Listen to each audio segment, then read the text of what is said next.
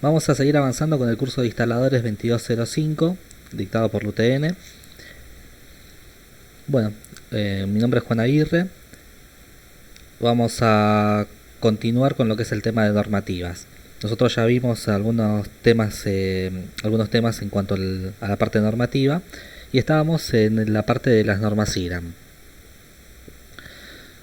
Lo que habíamos dicho con respecto al tema de las normas IRAM, esto a modo de repaso, es que sirve como base para la AEA, la Asociación Electrotécnica Argentina, que es la que dicta las normas en cuanto al tema de instalaciones eléctricas. Lo que hace también la norma es, la IRAM en particular, normaliza algunos conceptos y modos de ejecución en instalaciones de seguridad. Bueno, el conjunto de normas que se aplican para lo que es específicamente las instalaciones, tenemos la 3860, que es la gestión para la prevención del delito, la 4171, lo que es sistema de alarmas y requisitos generales, la 4172, detectores, 4173, transmisión, 4174, los centros de control a distancia, o también llamados centros de monitoreo. El 4175, que son sistemas de intrusión en inmuebles, y el 4177, instalación y configuración. De estas normas, lo que nosotros vamos a detallar o vamos a analizar a grandes rasgos, porque lo que nos interesa es saber específicamente lo que es la parte de instalación o entender cuáles son los límites y qué es lo que me permite y qué es lo que no me permite la norma para lo que es la instalación. También la norma habla de lo que es el tema del proyecto, y bueno, esa parte no la vamos a considerar porque bueno, no tiene que ver no tiene que ver con el tema específico que estamos hablando, que es la instalación, ¿no? Entonces, en los que vamos a encontrar información, si bien las normas son largas y tienen un montón de detalles, donde específicamente vamos a encontrar información es más que nada en la 4171, que se divide en dos partes. Una que es la del 93, si mal no recuerdo, y otra del 94, o sea, son normas que tienen ya sus años. Y la 4175, que es del 2006. Actualmente se está trabajando, todavía no salió. Hoy, 1 de abril, me fijé en lo que es la IRAM, la página de IRAM, y todavía no hay ninguna actualización de estas normas. Por ende, vamos a seguir hablando en esas que son las vigentes, ¿no? O sea, vamos a continuar sobre esas que son las vigentes. Dentro de las normativas, esto ya lo hemos visto, lo que nos dice es que bueno, tenemos grados de seguridad, y los grados de seguridad se daban en función del nivel de amenaza y del riesgo, ¿no? Habíamos dicho que básicamente que el nivel de amenaza era aquel factor que nos podía ocasionar un daño, y el riesgo era digamos algo propio del lugar a proteger. Acá la norma lo detalla, y las amenazas las da en función de los individuos o de la capacidad de los individuos de hacer daños a la propiedad. Y la clasificación de los riesgos, bajo, mediano, alto y muy alto, que era en función de la forma de uso de la propiedad. En función de eso nosotros teníamos un grado de seguridad recomendado. Sin embargo, la norma no nos habla después de digamos ese grado, cuáles son las normativas específicas para un determinado grado de seguridad. Eso, digamos, es una falencia de la norma.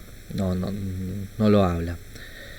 Lo que nos dice es que el tipo de sistema elegido debe conferir a los bienes y a las personas expuestas a un riesgo un nivel de protección compatible con la importancia del riesgo susceptible de producirse, así como sus posibles consecuencias resultantes de la materialización del riesgo, de manera que el nivel de seguridad requerido esté asegurado.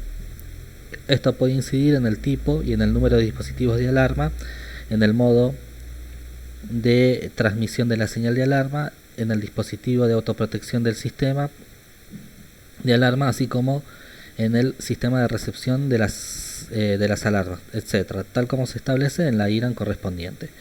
O sea que nos está queriendo decir que bueno, que en función de el grado de seguridad que yo requiera, voy a tener que tener un sistema de mayor o menor nivel de complejidad, ¿no? Va a tener que tener más cantidad de sensores o menos cantidad de sensores, va a tener que tener el tema de la transmisión doble o simple. Cuando hablo de transmisión significa la señal que envía la alarma a la estación de monitoreo.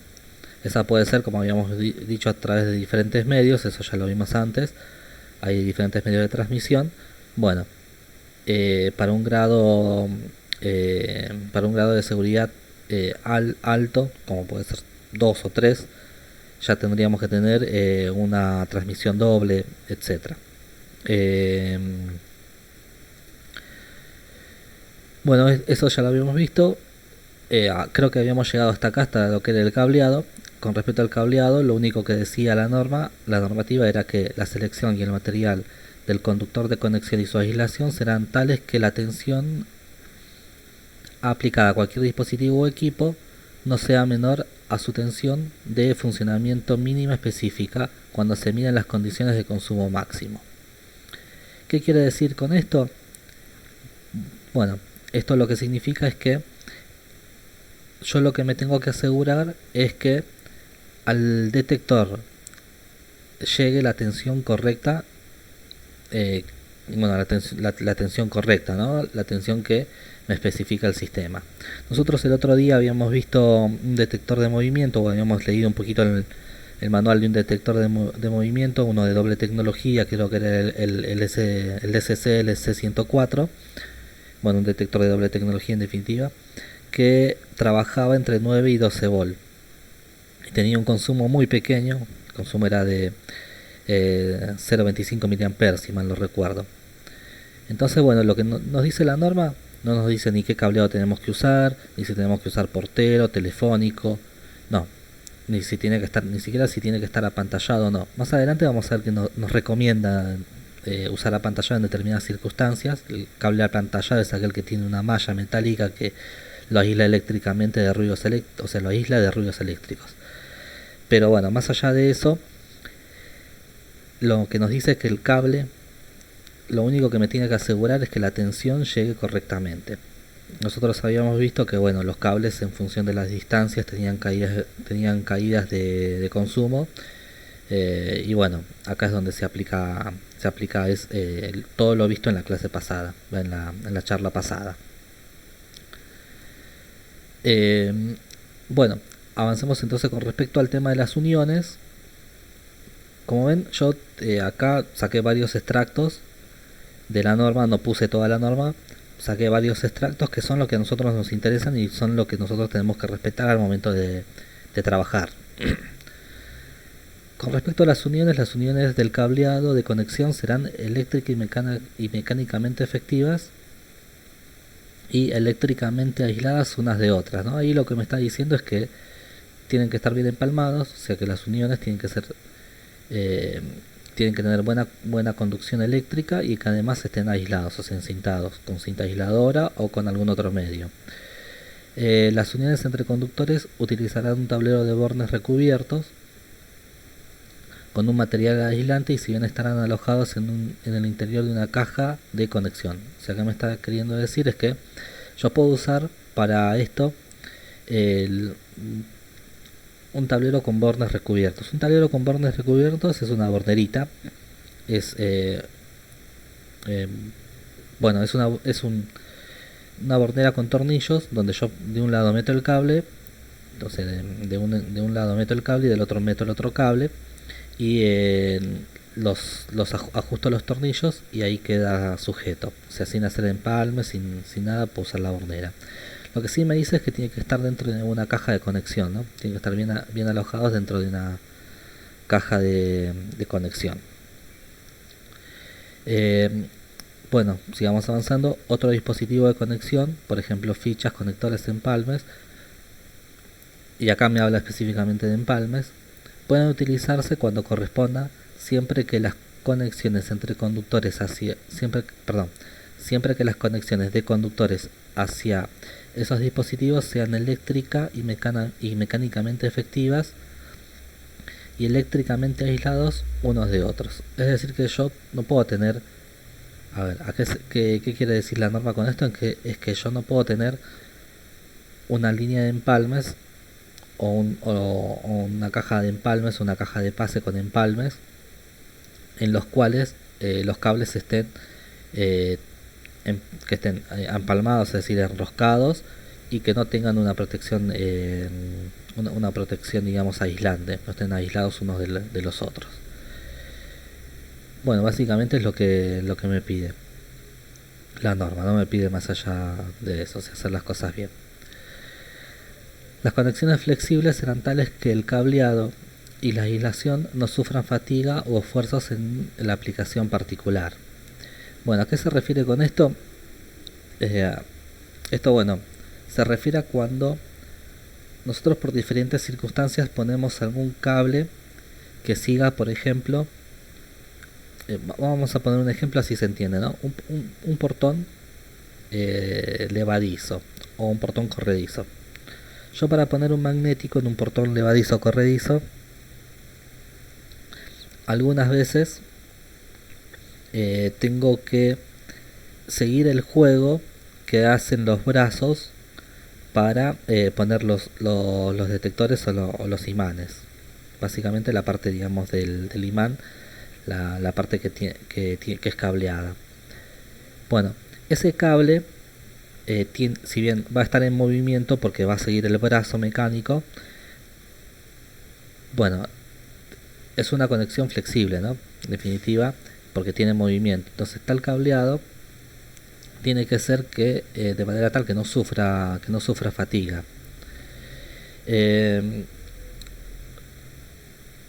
Se refiere básicamente a eso, en que bueno, si yo tengo la necesidad de poner o de hacer una instalación sobre algún sistema en el cual haya un movimiento, entonces ese tipo de conexión es flexible y con el tiempo va a sufrir movimientos. Entonces yo tengo que ver qué cable utilizo para que esa fatiga que va teniendo en el tiempo, bueno, o los esfuerzos en la aplicación particular, hagan que digamos el cableado no sufra esa fatiga.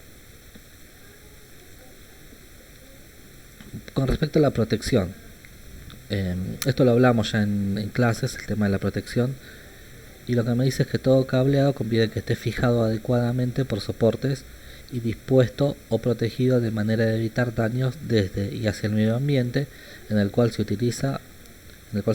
Se recomienda además proteger el cableado para dificultar daños accidentales o intencionales a los conductores. Entonces, en este caso no me está hablando, digamos, de que tiene que estar canalizado, de que tiene que tener de que tiene que tener algún tipo de protección, de que debe estar debidamente protegido. No me habla de eso. Lo que sí me dice es que que el cableado tiene que estar fijado, o sea, y que no tiene que estar, o sea, no tiene que estar dispuesto de manera de sufrir daños ni provocar daños al ambiente en el cual se utiliza. ¿Está bien? O sea, básicamente con esto que nos quiere decir que no puede haber cableados sueltos.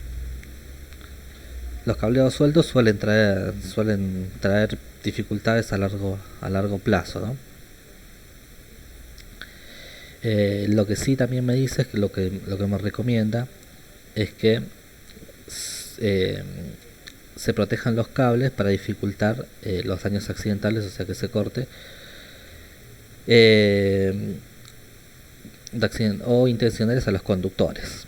Y esto por ahí se utiliza mucho en lo que es la parte exterior. Cuando uno hace cableados en el exterior, a veces entra en vicios. Por ejemplo, cuando hay una ligustrina, digamos, algunos técnicos acostumbran a pasar los cables por adentro de la ligustrina, de modo tal que no se ve, queda prolijo, la ligustrina la tapa, pero bueno, cuando va el jardinero y hace la poda de la ligustrina, bueno, cortan los cables. Entonces, bueno, la intención de de esta normativa es que me dice que bueno, hay que evitar ese tipo de instalaciones de cables. Bueno, la norma también me dice cuáles son los trabajos cuáles son los trabajos en el lugar de instalación, ¿no? O sea, en qué consiste la instalación. Y dice, la instalación de los equipos de alarma no se efectuará en las proximidades de fuentes de temperaturas extremas, como ser calefactores, acondicionadores de aire, si influyen en forma negativa sobre su funcionamiento. El trabajo por efectuarse en el lugar consiste en lo siguiente: instalación en el lugar que permite el mantenimiento. Esto quiere decir que yo instalo los equipos y tengo que tener posibilidad de el día de mañana poder hacer el mantenimiento del mismo. O sea, yo no puedo instalar, por ejemplo, la central de alarma, por así decirlo, en un entretecho que después se cierra completamente con Durlock, supónganse, o con yeso, y después no hay acceso. No hay acceso. O sea, quedó protegido, nadie sabe dónde está la central, pero después no hay acceso para el mantenimiento. Entonces la norma me dice que bueno, que la instalación o sea, que hay que hacer la instalación de manera tal que después permita el mantenimiento. Posicionamiento de la central, de las sirenas, de los dispositivos de señalización visual, de los detectores y de los dispositivos manuales de alarma. O sea, ¿qué otra cosa? ¿Cuál es el trabajo, digamos, de instalación? Es ese: el cableo y la conexión, la instalación del equipo, inspección y ensayo y control después de la instalación. O sea que la normativa, y ahí está el punto, la normativa me obliga a, cuando se termina la instalación, hacer una inspección, ensayarlo y controlarlo. ¿Qué se refiere con ensayo y control? Se refiere a que, bueno, tengo que hacer sonar la sirena, disparar cada uno de los sensores, ver que el rango de cobertura de cada uno de los detectores de movimiento sea el adecuado, que la alarma transmita correctamente, que las señales lleguen a la estación de monitoreo. Tengo que controlar con la estación de monitoreo que las señales hayan llegado correctamente. Sigamos avanzando. Extensiones y modificaciones. O sea, ¿qué pasa cuando yo tengo que ir a la instalación y hacer una ampliación del sistema? Si el trabajo por efectuarse consiste en una extensión de una instalación ya existente, conviene que se ensaye de forma completa el equipo existente para asegurar que funcionará satisfactoriamente con el equipo complementario y que las fuentes de alimentación tengan capacidad suficiente para hacer frente a la carga adicional. Bueno, hasta acá que me está diciendo es que bueno, que si yo agrego algún dispositivo, tengo que probar todo el sistema. Claro, a veces, o sea, eso es lo que me marca la norma. La norma obviamente me marca un trabajo ideal, ¿no? Un trabajo que se debería hacer de forma correcta. Cuando nosotros instalamos, por ejemplo, una sirena adicional, supongamos que nos piden una sirena adicional, ya de arranque sabemos que los consumos van a ser elevados. Por ahí cuando instalamos un magnético, el tema del consumo por ahí no va a ser, no va a tener relevancia, pero cuando instalamos otro tipo de dispositivos como pueden ser las sirenas, ahí sí tenemos que asegurarnos de que efectivamente cuando se dispare la alarma suene todo el conjunto de sirenas. Y eso significa que tiene que sonar por el tiempo programado, o sea, hacerlo disparar por el tiempo programado. Muchas veces lo que sucede es que nosotros lo probamos 2-3 segundos, apagamos la sirena y listo, y ya vamos por concluido el trabajo. Y en realidad cuando se dispara, si es que los consumos no están bien equilibrados, la sirena por ahí arranca sonando bien y después al minuto empieza a sonar medio ronco. Y bueno, eso es un producto de que se hizo una mala extensión, una mala instalación. Y bueno, no se tomó el criterio de inspeccionar bien el tema de los consumos. Entonces, por eso es que la norma me pide que bueno, que pruebe todo el equipo, que haga todas las pruebas. Bueno, luego me dice si el funcionamiento de los dispositivos de señalización sonora y o transmisión de señales de alarma se interrumpe cuando se conecta el equipo ya existente, conviene efectuar nuevos ensayos para asegurar el funcionamiento correcto de los dispositivos de señalización sonora y, si se autorizara, de los circuitos de transmisión de alarma. ¿Está bien? O sea, nuevamente lo que habíamos dicho, cuando hacemos una ampliación o una modificación, tenemos que hacer las pruebas correspondientes de todo el sistema. Al menos eso es lo que nos pide la norma. Con respecto a la puesta en funcionamiento, se recomienda que se entregue certificado escrito después de verificar el funcionamiento del sistema en presencia del usuario y el propietario. ¿Qué quiere decir con esto? Que bueno, tengo que entregar un certificado escrito después de verificar el funcionamiento del sistema. O sea, termino la instalación, hacemos las pruebas con el cliente y le entregamos el certificado. Con respecto al certificado, hay que tener mucho cuidado porque en ese certificado nosotros estamos diciendo que el sistema funciona y el sistema es adecuado al lugar propuesto. Y bueno, tal como vimos en las clases pasadas, eso puede traer como consecuencia, si es que sucede algún siniestro y había un error en la instalación, cierta responsabilidad, ¿no? Entonces, en ese sentido, volvemos al concepto que habíamos dado de seguridad, que decía que tenemos que tener la certeza de que las cosas van a funcionar de acuerdo a lo planificado. Bueno, la norma, si yo tengo la certeza, la norma me dice, bueno, si está todo bien, entrego un certificado de que esté funcionando. Eso va a ser después una prueba de que, bueno, que en el momento que nosotros estuvimos, el sistema funcionaba. Bueno, y con respecto al propietario, dice el propietario o el ocupante de los locales debe designar una persona responsable para asegurar la supervisión del sistema. A esta persona se le debe dar suficiente autoridad como para que pueda asegurar la ejecución de todos los trabajos necesarios para mantener el sistema en buen estado de funcionamiento, el cumplimiento de las especificaciones prescriptas y el servicio de mantenimiento. Los usuarios de instalación deben ser instruidos para utilizar de forma correcta el sistema de alarmas. Bueno, cuando terminamos la instalación tenemos que explicarle al usuario de qué manera se usa el sistema, de qué manera se hace uso del sistema, ¿no? Bueno, en el párrafo anterior lo que me dice es que de alguna manera tenemos que darle al propietario o al ocupante algunas instrucciones básicas, ¿no? Por ejemplo, la prueba, que haga alguna prueba mensual o semanal de que el sistema está funcionando, por más que no haga uso de la alarma, por ahí la tiene solamente por un tema de seguro o bueno, por el tipo de funcionamiento del lugar solamente se utiliza en determinadas circunstancias. Entonces que la idea es que cada tanto lo pruebe y que además le haga un mínimo mantenimiento. ¿Qué es el mínimo mantenimiento? O sea, porque acá me dice que el propietario o el ocupante es el que tiene que hacer el mínimo mantenimiento. Básicamente es la limpieza de sensores.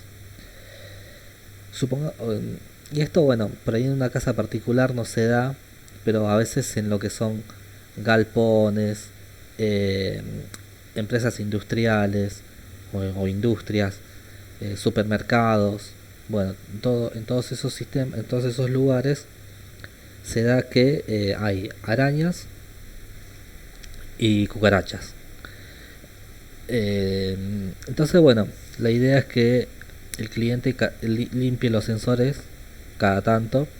No tiene, o sea, los limpie, digamos, externamente, no internamente, ¿no? Que los limpie externamente, que les pase un plumero o les pase algún trapo o algo para mantener el sensor en condiciones. Y bueno, también si es posible que rocíe con un poco de insecticida alrededor del sensor, nunca frente al sensor, sino en los alrededores del sensor, cosa que, bueno, de alguna manera se ahuyente a lo que son los insectos. Eso, bueno, es parte de la instrucción que se le debe dar al cliente, o por lo menos eso es lo que me pide la norma. Bueno, el mantenimiento. El mantenimiento de rutina se efectuará a intervalos regulares conforme a los requisitos del sistema específico. Durante cada mantenimiento de rutina, bueno, y acá me dice qué es lo que tengo que hacer con respecto al tema del mantenimiento de rutina. Eso lo habíamos visto en clases un poco, hablamos del tema del mantenimiento que había que hacer en los sistemas. La normativa me pide que lo haga a intervalos regulares. Nosotros habíamos sugerido más o menos una verificación, un mantenimiento completo anual. Pero bueno, eso va a ir también en función de el grado de seguridad que requiera, ¿no? Que requiere el lugar, ¿no? Obviamente si es un lugar tipo de un riesgo alto, como una joyería, una entidad financiera, eh, aunque una entidad financiera o algún o alguna entidad gubernamental lo va a requerir con mayor frecuencia. En lo que es seguridad bancaria, hay una norma específica del BCRA que se refiere al tema del mantenimiento, y obviamente el mantenimiento ahí se maneja bajo otras normativas, bajo otros requerimientos, y bajo otros lineamientos también. Bueno, entonces, en un mantenimiento de rutina, ¿qué es lo que hay que hacer? Hay que verificar la instalación, los emplazamientos y el posicionado de todos los equipos y dispositivos comparando con el fichero. ¿Se acuerdan que bueno, nosotros en clase dimos un fichero y vimos cómo completarlo, cómo se hacía el plano y demás? Entonces todo eso va al fichero y en el mantenimiento yo tengo que ir con eso y fijarme que esté todo en condiciones. Muchas veces hay industrias, sobre todo en la parte de supermercados y en la parte industrial, que constantemente modifican las estructuras, bueno, de acuerdo a los requerimientos que tienen ellos comerciales, ¿no? Obviamente, si tienen que poner un estante para promocionar o tienen que poner una cartelería para promocionar, supónganse, un vino, lo ponen, por más que tape el sensor, por más que tape todo. Entonces, bueno, en el mantenimiento tenemos que ir con los planos que tenemos y verificar que no se haya modificado la estructura, que no haya modificado los racks o los palets donde se hacen las apilaciones, que no hayan construido paredes nuevas. A veces hacen paredes con Durlock, por ahí las hacen en una semana, te arman toda una oficina nueva y te dejaron tapado, te dejaron tapados sensores que por ahí son importantes. Entonces, bueno, hay que verificar se refiere a eso, ¿no? A esa verificación. Verificar el buen funcionamiento de todos los dispositivos de detección, incluyendo los elementos de comando manual. Bueno, esto se refiere a, bueno, pasar por cada detector, moverse, ver que tome dentro de los rangos que tienen que detectar. Cortar las barreras y ver que efectivamente se corten. Y bueno, esto sobre todo para los detectores. Obviamente verificar que no haya ningún dispositivo que esté anulado y demás. Con respecto al tema de los comandos manuales, bueno, los comandos manuales se refiere a los teclados, ¿no? Entonces hay que ver el estado del teclado, que no esté que esté dentro de todo limpio, que las teclas estén funcionando y que no sufran un desgaste. Eso recuerden que los teclados son básicamente una membrana plástica con un contacto a base de carbón, una película, o sea, el contacto lo hace una película a base de carbón. Entonces, bueno, a veces esa película que es a base de carbón funciona mal o deja de hacer contacto, y bueno, entonces tenemos que reemplazar. Hoy en día no se venden las membranas solas, sino hay que reemplazar todo el teclado.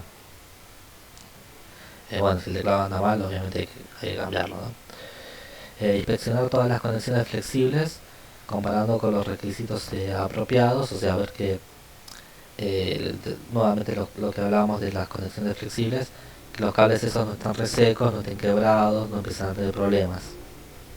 Verificar el buen funcionamiento y el buen estado de todas las fuentes de energía eléctrica, normales y de reserva.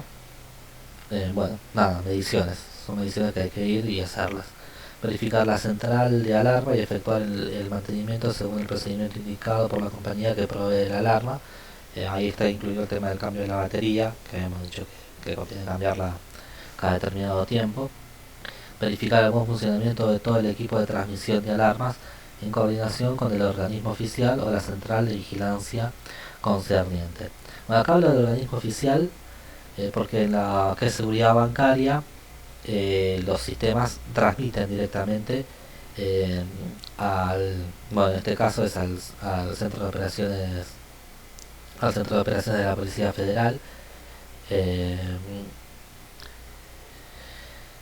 o se transmite de forma directa ahí. Entonces tenemos que avisar que vamos a hacer pruebas y hacer las pruebas de transmisión y después corroborar que efectivamente esas pruebas hayan llegado, tanto a la policía como a la, como bueno, a la alarma de la propiedad, ¿no? Si es una propiedad. Eh, o sea, al centro de monitoreo hay que llamar y consultar si llegaron las señales. Bueno, en primer lugar, lo que hay que hacer es llamar o contactarnos y avisar que vamos a hacer pruebas, hacer las pruebas y llamar que esas pruebas se hayan recibido correctamente.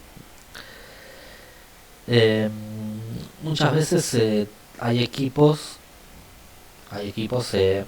que de alguna manera no tienen bien estandarizados los códigos y empezamos a tener un desfasaje en esos códigos de transmisión. No me quiero detener mucho en esto porque los voy a confundir, pero a veces será que cuando tenemos equipos de comunicación celular o equipos inalámbricos, de comunicación inalámbrica, o sea que transmiten a la estación de monitoreo por celular o por métodos de radiofrecuencia, los códigos llegan desfasados o diferidos si es que no coinciden una serie de parámetros. Bueno, es por eso que hay que verificar que, bueno, que esté funcionando todo correctamente, ¿no? Se supone que si que este es un mantenimiento, si venía funcionando bien, ahora debería funcionar, en este momento debería seguir funcionando, ¿no? Pero bueno, por las dudas hay que verificarlo. Verificar el buen funcionamiento de todos los dispositivos de señalización sonora, o sea, esas son las sirenas. Eh, y bueno, por último, verificar que el sistema de alarma funcione en su totalidad. Este es el plan de mantenimiento que nos dice que tenemos que, bueno, que nos dice que tenemos que hacer la norma IRA. Bueno, archivos. Bueno, dice se establecerá un sistema de fichas para cada sistema de alarmas. Es decir, que yo tengo que guardar esa información, la tengo que archivar. ¿Tá?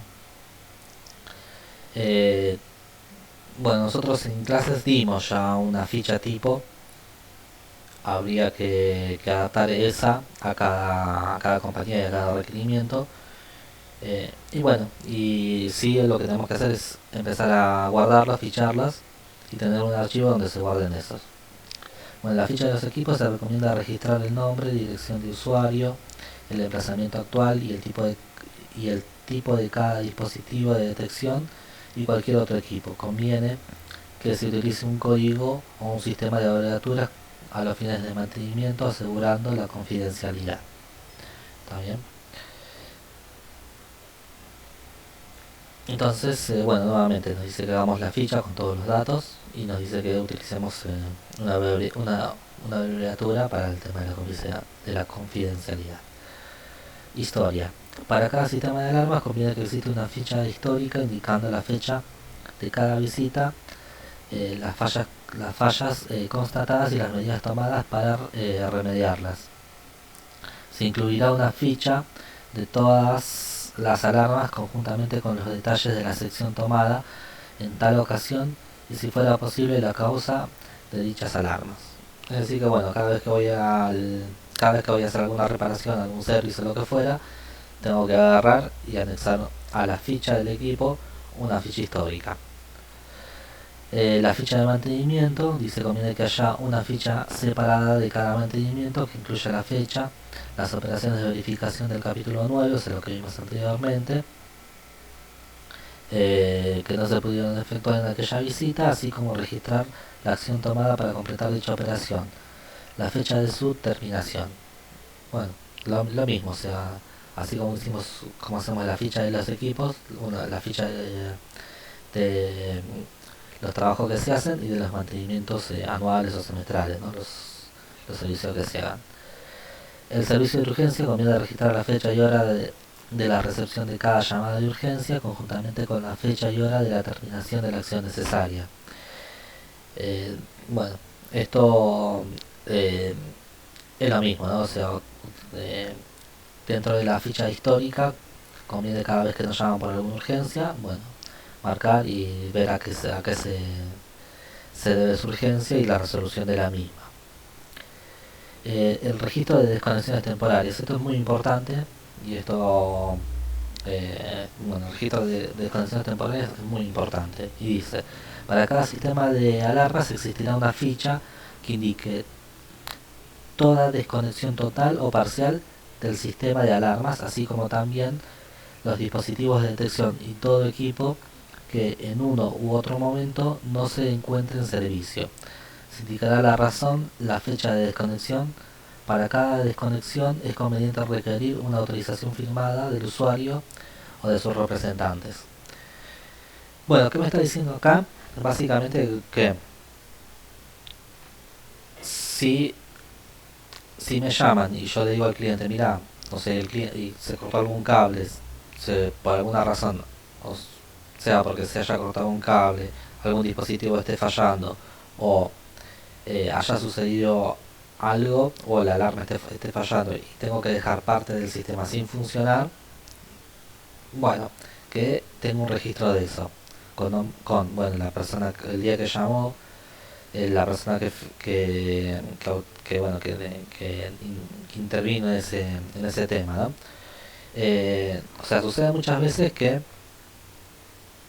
en algunas empresas no sucede muchas veces que por ahí un técnico se encuentra con que el sensor no funciona o está teniendo falsas alarmas y es a razón del sensor o del detector, lo que fuera, lo anula, lo deja anulado, y bueno, y después esa anulación queda, digamos, en la memoria del técnico o en la memoria eh, del,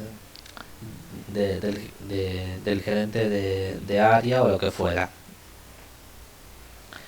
Y si no se lleva un registro de eso, pasa el tiempo y no se repara, y entonces llega un momento en que directamente no se le da o sea, se le deja de prestar importancia y queda en el olvido. Y obviamente si tenemos un siniestro, eso ocasiona problemas. Entonces lo que hay que tratar es, bueno, de llevar un registro de eso justamente para evitar ese olvido, ¿no? A veces también los clientes se llaman a la estación de monitoreo, y los de la estación de monitoreo les dicen cómo anular temporalmente un sector. Y eso después lo mandan por mail y bueno, eso también hay que registrarlo porque esa anulación temporal implica hacer un servicio técnico y bueno, y hay que hacerlo. Entonces, bueno, el registro de desconexión temporal es justamente para que las zonas que están anuladas en un sistema, o sea, los detectores que no están funcionando en un sistema, están registrados, sepamos cuáles son y sepamos que hay que ir y resolverlos. Bueno, eh, creo que hasta acá, hasta esta parte es lo que nos habla o lo que la información que nos da la normativa, que es la 4171 con respecto al tema de la instalación. Más que nada la 4171 la parte B, la parte 2, del 93, una normativa bastante que ya tiene sus años, ¿no? Y si mal no recuerdo, esa normativa está basada en otra normativa que es internacional, que es que es la IEC, del 89, o sea que también es una normativa que ya tiene sus años, basada en una normativa que tiene más años todavía. Pero bueno, nos dice un par de cosas interesantes. Bueno, acá ya arrancamos con otra parte de la norma, que es la 4175. Seguimos, digamos, extrayendo fragmentos de la norma, los fragmentos que más interesan, lo que es la parte de instalación. En el en el punto 3.8, nos define qué es un sistema de alarmas. Y un sistema de alarmas es una instalación eléctrica diseñada para detectar y señalar la presencia de una situación anormal, indicando la existencia de un riesgo. Bueno, en definitiva, ¿qué nos dice la normativa? Que un sistema de alarmas o la instalación de un sistema de alarmas es una instalación eléctrica. En definitiva es una instalación eléctrica. Que eso, bueno, es lo que venimos hablando un poco en el curso, ¿no? Y en base a eso dice, bueno, que es un sistema de alarma de intrusión. Nos dice que es un sistema de alarma diseñado para detectar y señalizar la presencia, entrada o intento de entrada de un intruso en las instalaciones supervisadas. ¿Por qué hace esta diferencia de sistema de alarma? O sea, da la definición del sistema de alarma general y después el sistema de alarma de intrusión en particular. Bueno, porque obviamente existe la parte del sistema de alarma de incendio, puede haber cualquier otro tipo de sistema de alarma, como, bueno, por ejemplo, sistema de alarma de detección de tanques vacíos. Para una industria, por ejemplo, podría ser importante que hacer algún tipo de alarma para cuando se vacían los tanques. Entonces, bueno, podemos tener un sistema de alarma por tanques vacíos, ¿no? Bueno, entonces da esas definiciones, nos dice, bueno, ¿dónde tiene que estar ubicada la central de alarmas? Recordemos que la central de alarmas es la placa donde van conectados todos los cables que vienen de todos los dispositivos, ¿no? O sea, el cable que viene de un sensor va, o digamos, nosotros ubicamos el sensor, el sensor va por cable hasta la central de alarma y ahí va al gabinete y del gabinete va a la plaquita. Entonces, ¿dónde tiene que estar ubicada la unidad central de alarmas? Bueno, la unidad de procesamiento, bueno, vamos a ver dónde nos dice, ¿no? La unidad de procesamiento de la unidad central de alarmas debe ubicarse en un sitio tal que no sea visible desde el exterior del sistema protegido. También debe existir suficiente espacio libre como para que un técnico de mantenimiento pueda acceder y trabajar sobre el equipamiento. Se debe tener particular cuidado en no invadir con el equipamiento zonas que sean de paso frecuente y que puedan dar lugar a lastimaduras o accidentes. Bueno, entonces, ¿qué nos dice? Que desde el exterior no se tiene que ver, básicamente. Se, o sea, desde afuera del sitio protegido no se tiene que ver el sistema de alarmas. Pero también nos dice, o no, nos dice que tiene que ser un lugar cómodo para el libre acceso de un técnico, ¿no? Para que un técnico pueda hacer las tareas. Y a veces hay técnicos que, bueno, que por ahí ponen las centrales entre techos o en lugares donde después no lo puedes, donde después no puedes acceder. Eh, les digo que esto porque les digo esto porque me ha pasado, ¿no? De que el técnico va, pone la central o va en el momento de, a ver, ¿cómo decirlo? ¿Cómo les explico? Supónganse que eh, tenemos un lugar que está en obra, que todavía no está terminado. Entonces el técnico hace todos los cableados, pasa todos los cables y demás, arma toda la central, pone los dispositivos y la central lo ubica en el techo o en altura, sabiendo que después va a ir un techo de Durlock. Ponen el techo de Durlock, no le hacen boca de inspección y después la central quedó ahí. Y después, bueno, no la podemos acceder más o hay que hacer toda una maniobra o pedir al cliente que autorice la abertura de una caja de pase para poder acceder a la central y demás. Entonces, bueno, se refiere a eso. Bueno, la extensión de la seguridad de la unidad de la central de alarmas en sí es importante y puede llegar a ser necesario un gabinete protegido por el mismo sistema de alarmas para alojar el equipamiento y para aumentar la dificultad del acceso no autorizado a la unidad de procesamiento. ¿Qué me está queriendo decir con esto? Que básicamente el gabinete tiene que estar protegido por el mismo sistema de alarmas. ¿Qué significa esto? Bueno, vieron que nosotros tenemos la plaquita y la plaquita va en un gabinete plástico metálico. La plaquita, la plaquita digamos de la central, ¿no? Bueno, ese gabinete plástico tiene que tener un magnético. Acá está donde nos dice que bueno, que tiene que estar protegido. Y después nos dice que es recomendable, a fin de darle mayor seguridad al sistema, que la unidad central de alarmas disponga de un panel de control y señalización remota. En este caso, el usuario dispondrá de un fácil acceso para la operación y visualización del estado del sistema. Bueno, hay algunas centrales, como la X28, que digamos, tiene la central, y dentro del gabinete de la central, en el mismo gabinete de la central tenés un tecladito de operaciones. Bueno, lo que dice la normativa es que se recomienda poner un teclado adicional, separado de ese gabinete. Bueno, X28 de hecho trae un teclado adicional que se puede poner afuera de eso, ¿no? Las centrales, otro tipo de centrales como la Alonso, la DCC, la Paradox, eh, ya de fábrica vienen con el teclado aparte.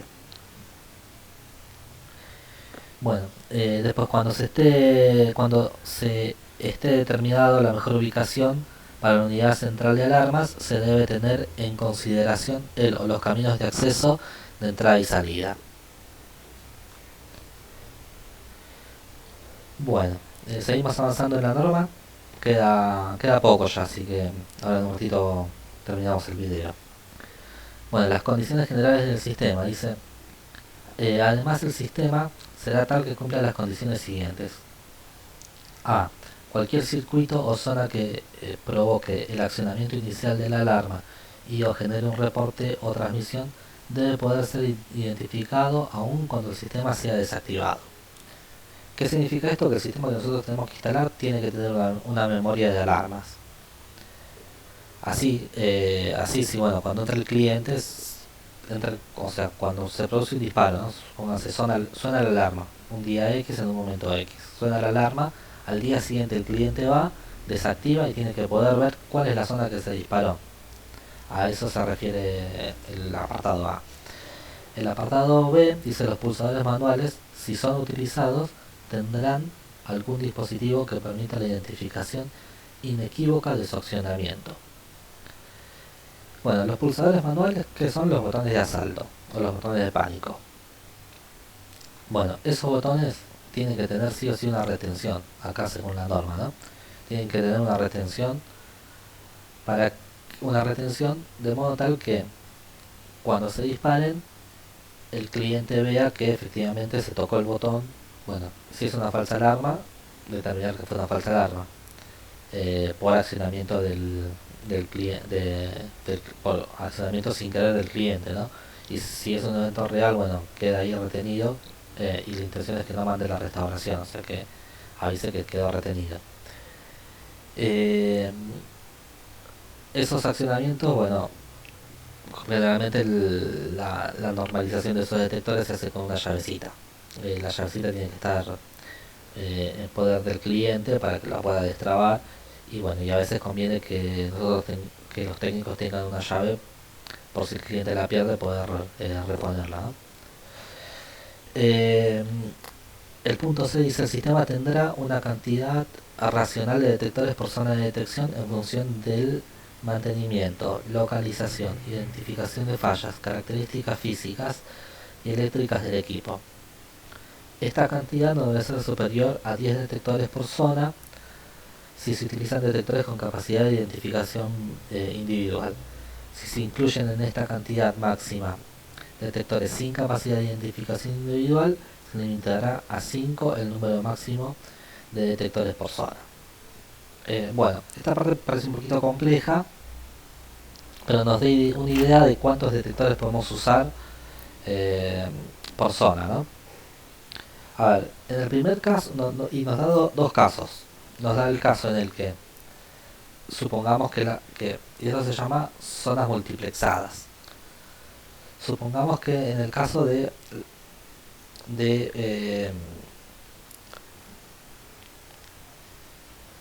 supongamos el caso, por ejemplo, de una central de incendio. En el caso de una central de incendio, yo a cada detector le puedo decir qué zona es. Entonces, si yo quisiera respetar esta parte de la norma, tendría que poner a lo sumo 10 detectores. ¿está bien? Pero cada detector se va a saber qué zona es. A ver, para explicarme mejor. Yo tengo un sistemita de alarmas convencional, ¿no? Y le pongo detectores. Le pongo detectores de incendio, detectores de humo. Cada detector de humo, cada detector de humo, cuando se dispare, va a quedar con la luz en el mismo sensor disparado. Entonces yo voy a poder saber cuál es específicamente el detector que se disparó. Se dispara en la central de incendio, yo voy y la desactivo, el sensor queda con la indicación de que ese se disparó, hago el recorrido y veo cuál es el detector que se disparó, digo es este y bueno, entonces en esa zona de incendio voy a poner máximo 10 detectores, no más de eso. ¿Por qué? Porque me lo dice la norma. Ahora si en la zona yo pongo detectores de movimiento o detectores magnéticos, que no puedo especificar cuál es el que se dispara o cuál es el que tuvo un disparo, porque no queda retenido los detectores de movimiento, sino constantemente se están prendiendo y apagando en función del movimiento que haya. Entonces ahí yo puedo poner hasta 5 detectores por zona. ¿Está bien? No sé si esto, bueno, esto después, cuando hagamos el vivo, si surgen preguntas, bueno, de eso no les comenté, pero vamos a hacer un vivo, en el vivo, ahí vamos a responder consultas. Bueno, no se utilizarán en la misma zona detectores con distinta tecnología de detección que puedan provocar la anulación o enmascaramiento de eventos. Ejemplos, sensores magnéticos que puedan o que queden autorretenidos y no permitan el restablecimiento de la zona, impidiendo el envío de la señal de alarma posterior que pudo haber sido generada por un sensor de reposición automática como el infrarrojo. ¿Qué nos quiere decir esto? Que eh, no podemos utilizar, digamos, no podemos poner en una misma zona detectores de movimiento y detectores magnéticos. ¿Por qué? Porque en el momento que, supónganse que yo tengo una puerta o una oficina chica. Tenemos la oficina chica que tiene un magnético en la puerta y un infrarrojo de movimiento. Si yo pongo en la misma zona los dos, cuando yo abra la puerta, cuando el delincuente abra la puerta, queda la zona abierta y después todas las detecciones que haga el detector no van a ser transmitidas a la central de monitoreo, porque va a haber una sola apertura de puerta. Entonces por eso es que me dice que no puedo usar detectores de diferente tecnología en una misma zona, sino tengo que usar zonas separadas. Lo mismo un tamper. Si yo pongo un pulsador de asalto con una zona de tamper, lo que me va a pasar es que si se rompe la sirena, o si alguien me desconecta la sirena, no voy a poder usar el botón de asalto. Entonces, por eso es que no conviene, no lo tenemos que hacer, no tenemos que poner zonas de... No tenemos que poner diferentes tecnologías en una misma zona. Bueno, seguimos con los extractos, ya queda poquito. Eh, las zonas supervisadas. Todas las zonas deben tener una forma de detectar fallas o sabotajes, por ejemplo, con la utilización de resistencia final de línea conectada al final de la línea o método equivalente. Esto es bastante simple, o sea que los lazos de zona, los cableados que yo haga, tienen que tener la posibilidad de detectar las fallas. Y bueno, y como vimos en clases, esto se hace con la resistencia de fin de línea y la correcta programación de la central. Bueno, esto lo vamos a leer rápido y me dice la instalación eléctrica relacionada con el sistema de alarmas, diagramación del cableado. En las instalaciones de gran tamaño o especiales es importante que durante el relevamiento y antes de comenzar la instalación se planifique se planifique y defina la diagramación de la instalación eléctrica relacionada con el sistema de alarmas. Si los cables pueden ser sometidos a daño accidental, deben ser protegidos mecánicamente. En ambientes tales como las viviendas, oficinas, salas de exposiciones, debe planificarse el cableado oculto o bajo cañerías donde sea posible.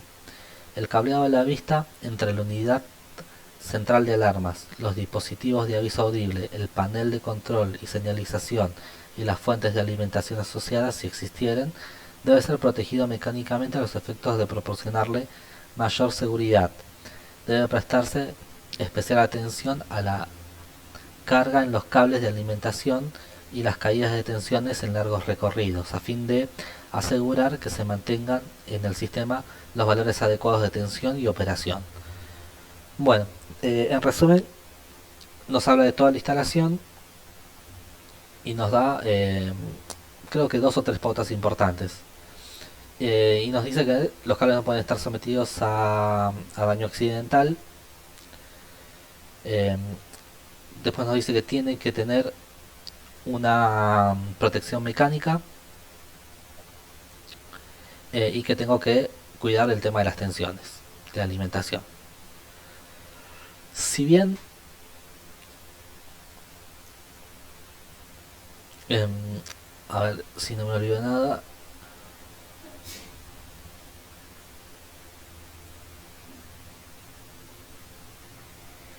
No, creo que no me olvido de nada. Bueno, eh, en todos los casos debe cumplirse con lo establecido en la reglamentación para la ejecución de instalaciones eléctricas en inmuebles de la Asociación Electrotecnia Argentina. Bueno, Asociación Electrotécnica Argentina es la AEA, es la que habíamos visto, la que bueno vimos, la, la que estuvimos viendo hasta ahora, o la que vimos en clases anteriores, y es la que nos hablaba un poco de lo que es el tema de las instalaciones domiciliarias y los grados de protección eléctricos, que eso lo vimos. Bueno, nos dice que obviamente el sistema tiene que cumplir con eso, ¿no? Eh, y justamente por eso dice que la puesta a tierra de sistemas eléctricos, instalaciones industriales y domiciliarias en inmuebles y redes de baja tensión, el código de prácticas. Si la instalación eléctrica relacionada con el sistema de alarmas recorre áreas atmosféricas explosivas, deben considerarse las normas aplicables de la serie de normas IRAM y, bueno, y nos da las normas, ¿no? Eh, ¿Qué estamos diciendo con esto? Bueno, hay lugares que en los cuales no puedo hacer cualquier tipo de instalación, sino tengo que seguir esta normativa específica, y se refiere exclusivamente a lugares donde tengo tratamiento de alcoholes, eh, tratamiento de combustibles, bueno, todo lo que sea eh, estaciones de servicio y demás, ¿no? En esos lugares donde tengo ese tipo de alcoholes o tratamientos o lugares que se llaman eh, que son de atmósferas explosivas, ahí tengo que tener, bueno, la precaución de hacer la instalación de determinada manera, siguiendo esa normativa. Bueno, eh, también nos dice algo de las conexiones inalámbricas, muy poco,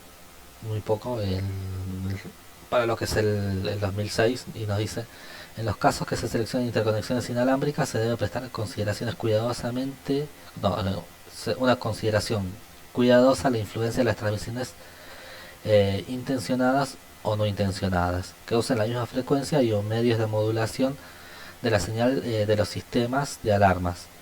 Las transmisiones de este tipo pueden dar lugar a que en un sistema de alarmas se generen condiciones de manipulación o fallas que impidan las, las interconexiones que funcionen correctamente. Bueno, esto es bastante simple. Lo que básicamente me dice es que bueno, hay que ver, hay que prestar atención, aunque no podemos arbitrar los medios, bueno, hay que prestar atención a que no haya equipos que estén transmitiendo la misma frecuencia. A veces se da que hay sistemas de alarmas que trabajan en 433, que bueno, está permitido acá en Argentina que se utilice ese rango, pero bueno, hay un montón de equipos ya transmitiendo en esa misma frecuencia y eso trae varios inconvenientes, que incluso algunos parecen ser azarosos porque bueno, en determinados momentos están, en otros momentos están, en otros momentos no están, en función de factores climáticos y demás. Entonces bueno, es bastante complejo. Siempre conviene irse a las marcas que ya están bien probadas, que funcionan, que bueno, funcionan, sabemos que funcionan muy bien. Por ejemplo, Para poner un ejemplo, Neo de DSC funciona muy bien, está probado, y también los sistemas inalámbricos de Alonso vienen funcionando bastante bien.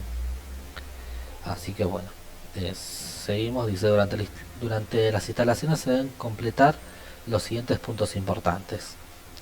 El cableado de interconexión del sistema de alarmas, sea que esté a la vista o dentro de las canalizaciones, no debe pasar a través de los huecos del ascensor.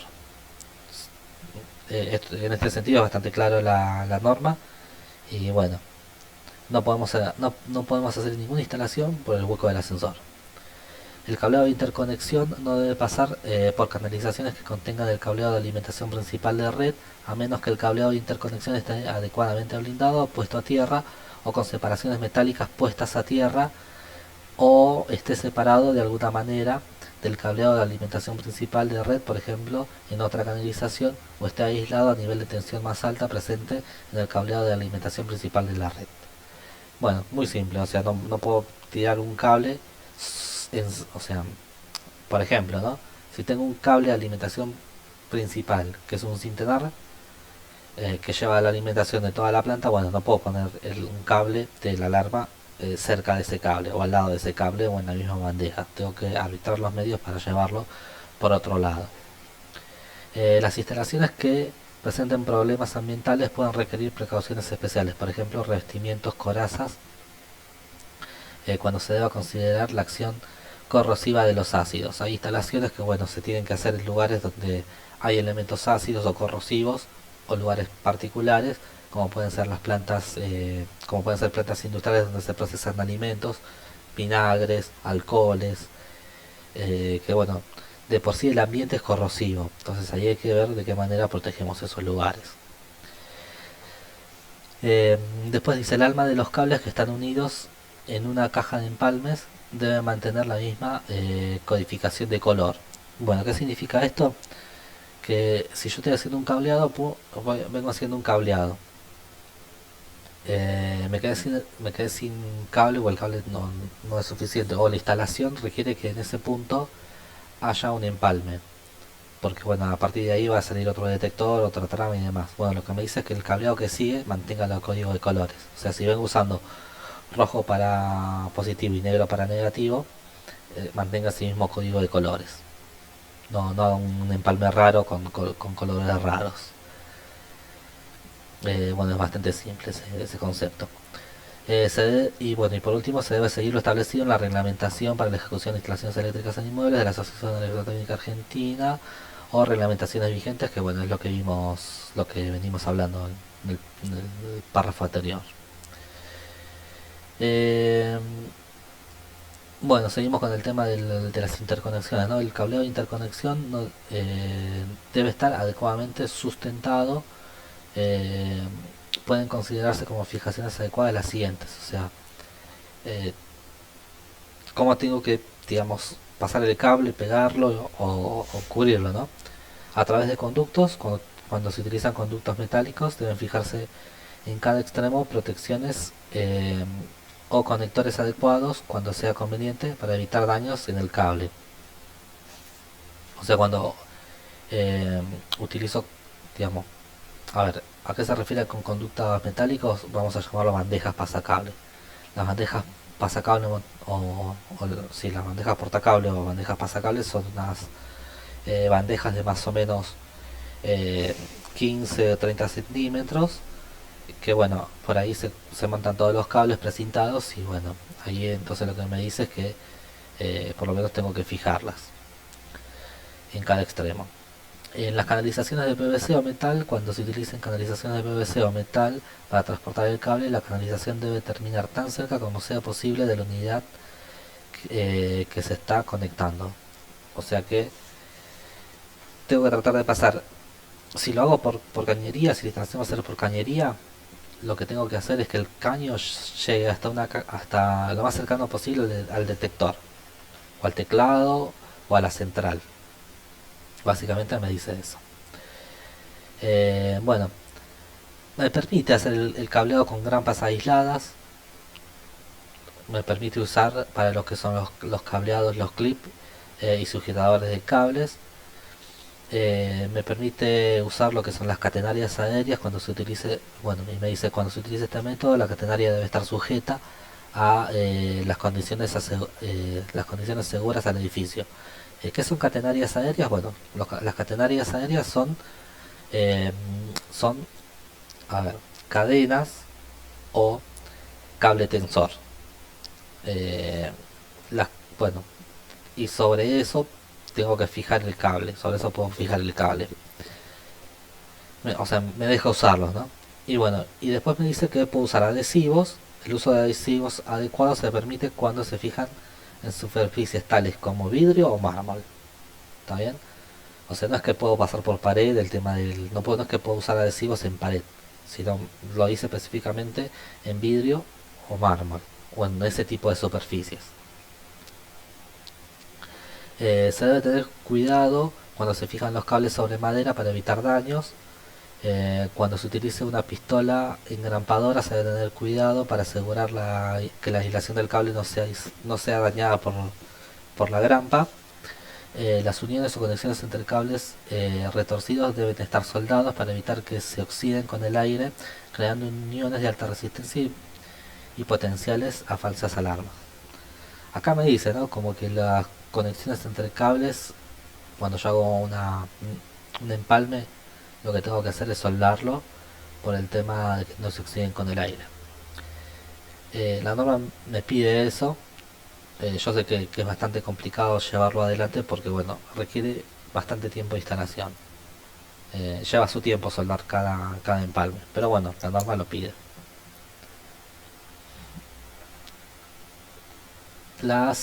Bueno, con respecto al tema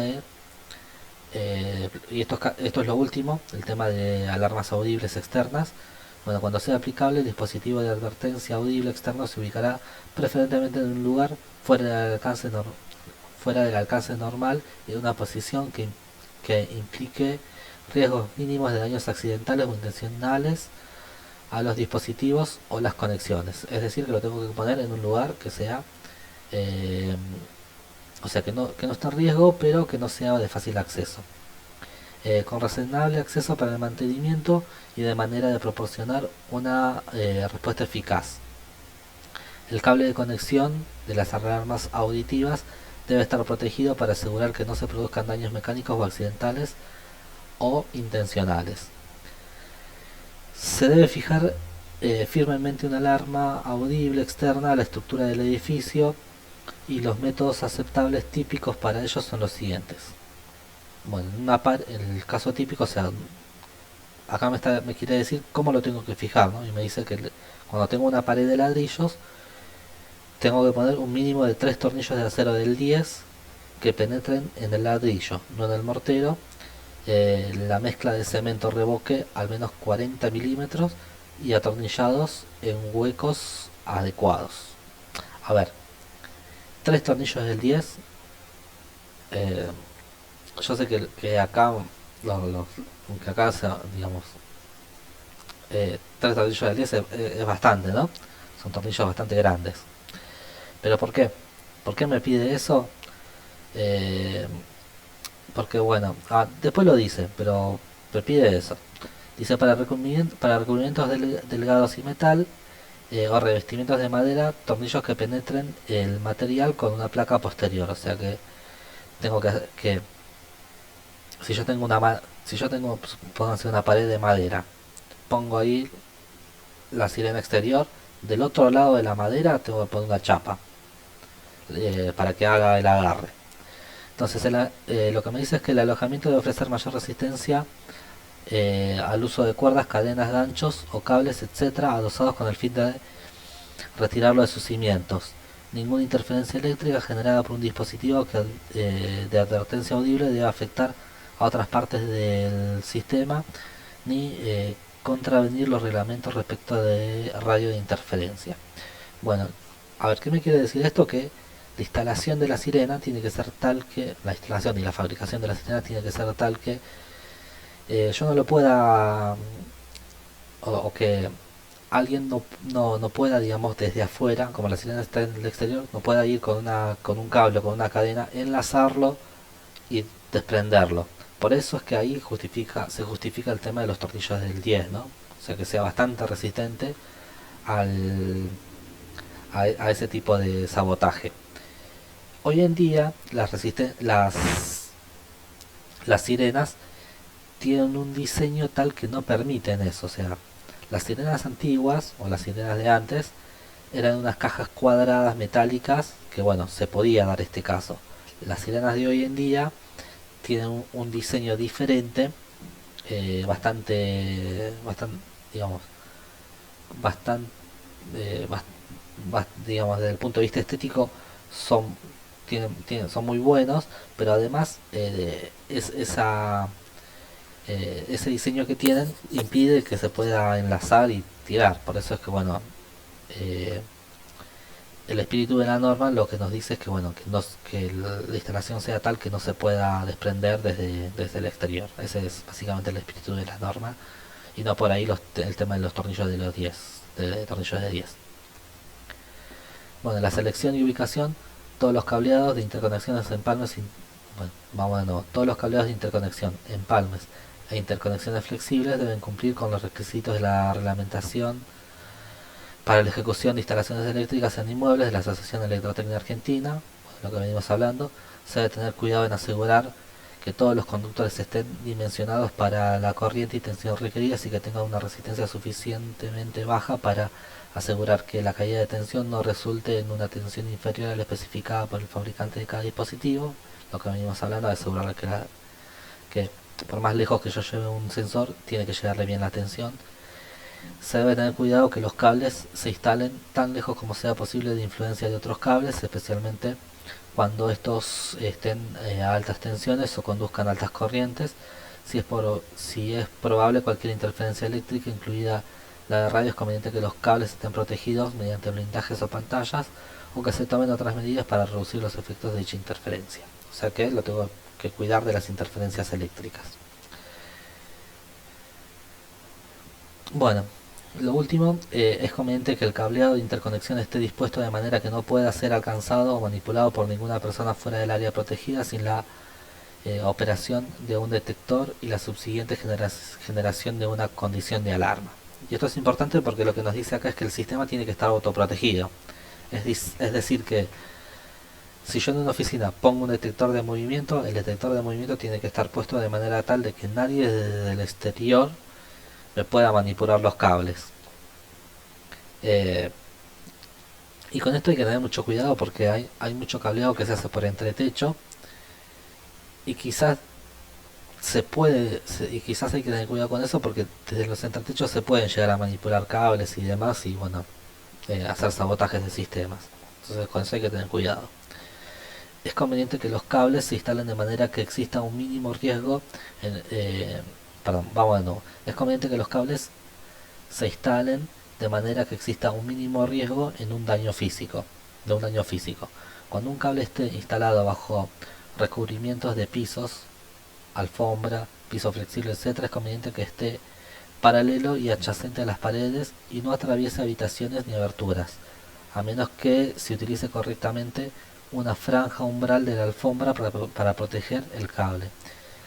Si existe riesgo de daños físicos, es conveniente proteger el cable mediante ductos, canalizaciones, y en este caso, bueno, y en caso que estos fueran de un material conductor, debe tenerse especial cuidado en su puesta a tierra por razones de seguridad, y que esta conexión a tierra que se realice en un punto a fin de evitar interferencias eléctricas.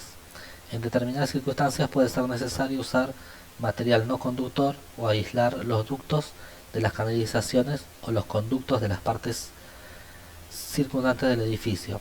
Esta aislación puede lograrse utilizando abrazaderas no conductoras o aislantes. O sea, ¿qué me está queriendo decir acá? Básicamente es que, bueno, es más de lo mismo, ¿no? O sea, que tengamos cuidado con el tema de los cables, que obviamente si van a estar a la altura del piso o por alfombras, no las atraviesen, que vayan, en último caso, que vayan paralelas a estas o por los bordes. eh, y bueno, y el tema de la protección de la puesta a tierra. Bueno, con respecto a la alimentación, al tema de la batería, nos da algunas pautas con respecto a la batería y nos dice: la batería recargable tendrá una capacidad suficiente como para abastecer al sistema de alarmas en operación normal, eh, incluyendo 4 horas en condición de alarma para periodo máximo especificado esperado antes de la recarga. O sea, ¿qué me está diciendo esto? Que en condición de alarma la batería me tiene que durar 4 horas. Una batería recargable de reserva con suficiente capacidad para 8 horas de operación normal del sistema de alarma sin recargarse complementará el equipo de alimentación del sistema. Bueno, entonces, de estos dos párrafos, lo que queremos sacar es lo siguiente. Es que cuando el sistema está sin utilizar, me tiene que durar 8 horas. Y cuando está sonando la sirena, me tiene que durar 4 horas, como mínimo. Esos son los mínimos. Recuerden que la otra vez hicimos un cálculo bastante simple. Y dijimos que, bueno, más o menos un sensor tenía un consumo aproximadamente de 0,25 miliamperes. Y habíamos dicho que eh, unos 20 sensores tenían 0,5 amperes, ¿no? Entonces, una batería de 7 volt, perdón, de 12 volt, 7 ampere hora, más o menos me estaría dando 14 horas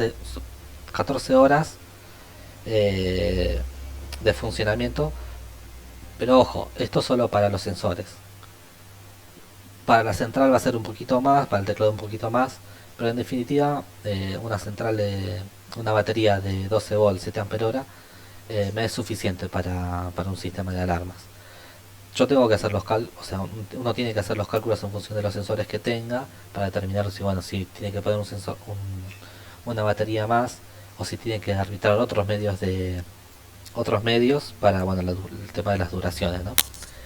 Otra cosa que me pide es que tengo que marcar sobre la batería la fecha de la instalación, y eso está normado. O sea, la norma me dice que yo en la batería tengo que marcar cuando la conecto a la batería, tengo que poner la fecha. Voy, hago el mantenimiento, o sea, al año siguiente voy, hago el mantenimiento, limpio todos los sensores, verifico las tensiones y demás, cambio la batería, le tengo que poner la nueva fecha.